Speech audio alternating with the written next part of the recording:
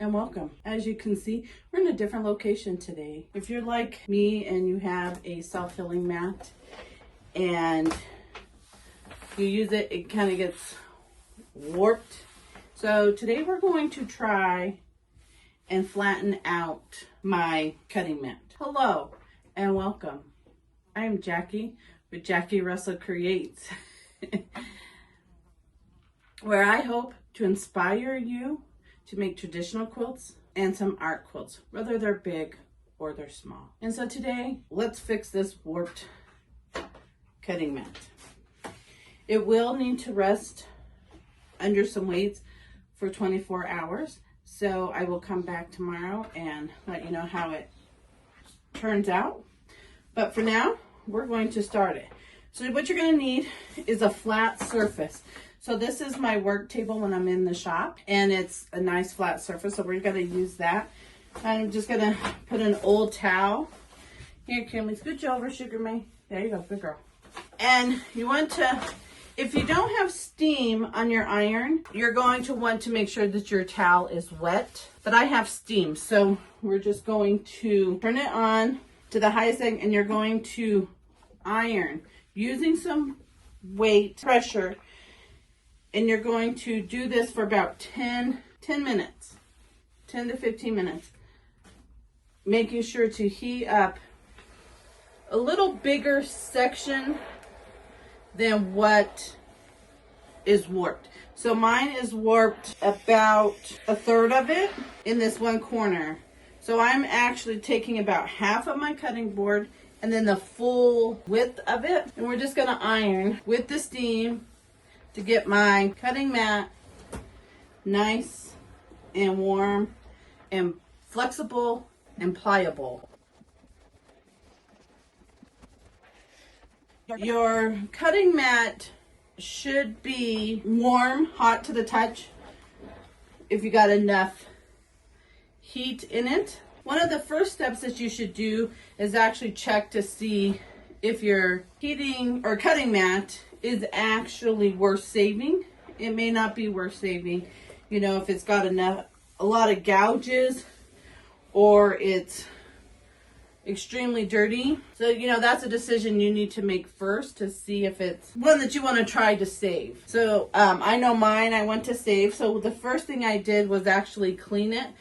I just took some cleaning spray and some paper towels, and I just cleaned, made sure all the glue and spray and different stuff like that I may get on my cutting mat is cleaned off. And I did that on both sides. You know, and actually cleaning your mat, if you're quilting, should be something that you do quite often, to make sure that you don't have any basting spray, if you're using basting spray or, you know, anything else like that on your cutting mat, because you don't want that on your fabric. And like I normally have my table set up all the time with my cutting mat on it, and so kids would come over and set stuff on it, or you know, I'll be painting or something like that and I would get stuff on it. So I try to clean mine quite often. So I'm going to keep ironing and I'll be back in a minute.